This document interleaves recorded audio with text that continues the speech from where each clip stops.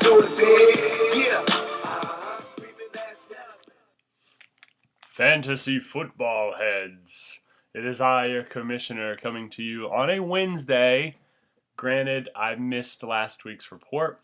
My first song choice for today was going to be Nirvana, All Apologies, because I am sorry. You know, things come up sometimes, but between me being out of town over the weekend and trying to get a bunch of work done, didn't have time to. So, I'm sorry, but we'll combine 2 weeks into this week. We'll go through it quick, I promise, don't worry. It's not going to be an 18-minute video or anything, but let's get going. So we'll start with week 8. It was a high-scoring week. Everyone's scores were pretty up there.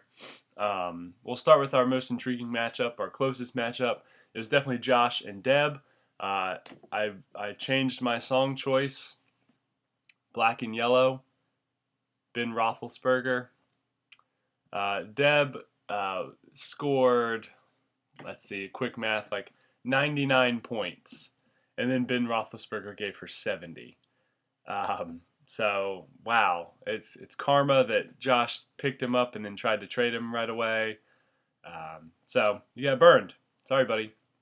Nobody's going to want to play Deb in the playoffs now, I know, but we'll see. So, Roethlisberger and the rest of her team, 169.5 to Josh's 165.3. Definitely our closest matchup of the week, and Big Ben pulling through for Deb there. Deb's in a unique position because most of her players are Steelers, so not only does she root for the Steelers, but if they do well, her team does well. So it works out better that way. Our most lopsided matchup of the week, definitely Jason's Hershey Bears, who are just spiraling downward. Only team not to crack 100 this week. Makes me feel a little bit better about my team.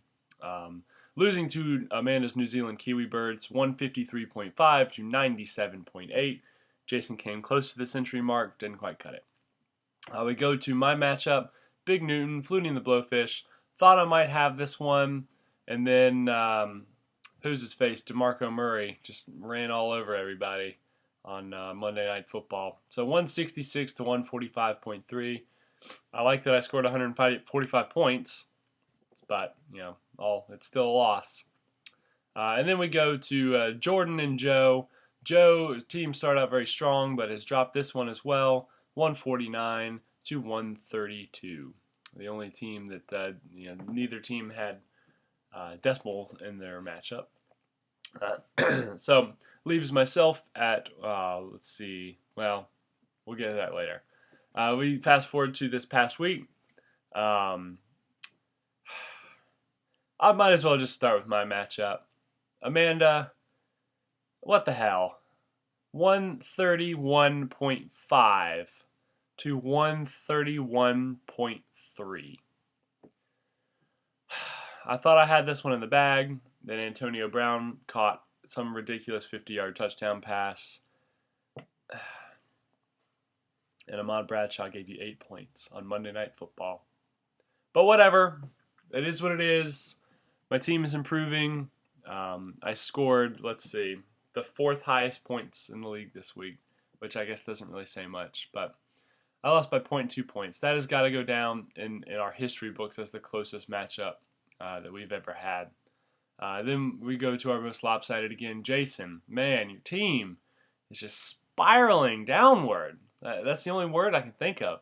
66.8 points to 140.8 to Taj's Flutie and the Blowfish. So I've got a little chest cold here. But moving on to Joe and Deb, the two managers. Deb takes this one. Again, black and yellow the theme. Ben Roethlisberger passes for another 6 touchdowns. 12 in 2 weeks for her. 62 points. Only 62 points, guys. Roethlisberger only scored 62, not 70.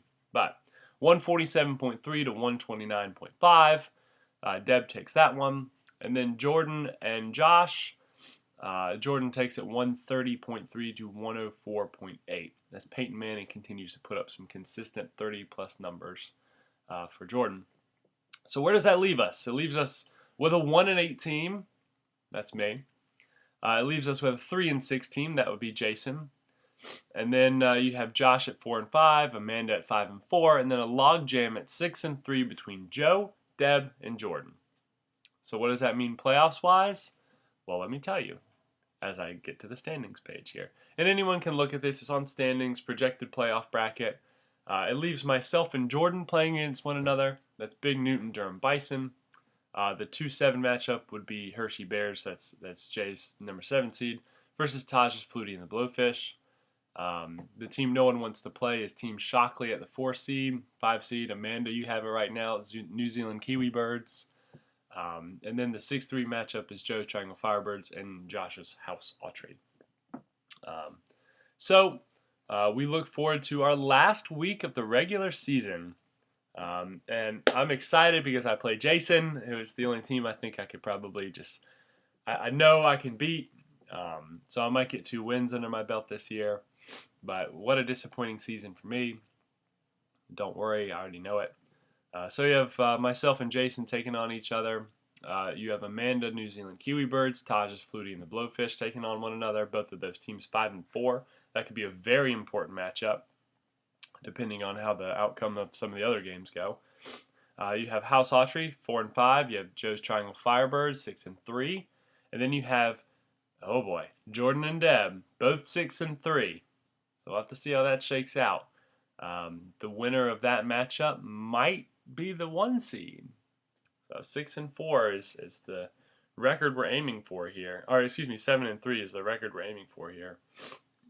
Trying to avoid 6 and 4. But anyway, we have Joe as an opportunity to be 7 and 3. One of the 2 teams between Deb and Jordan will be 7 and 3. So we'll have to see.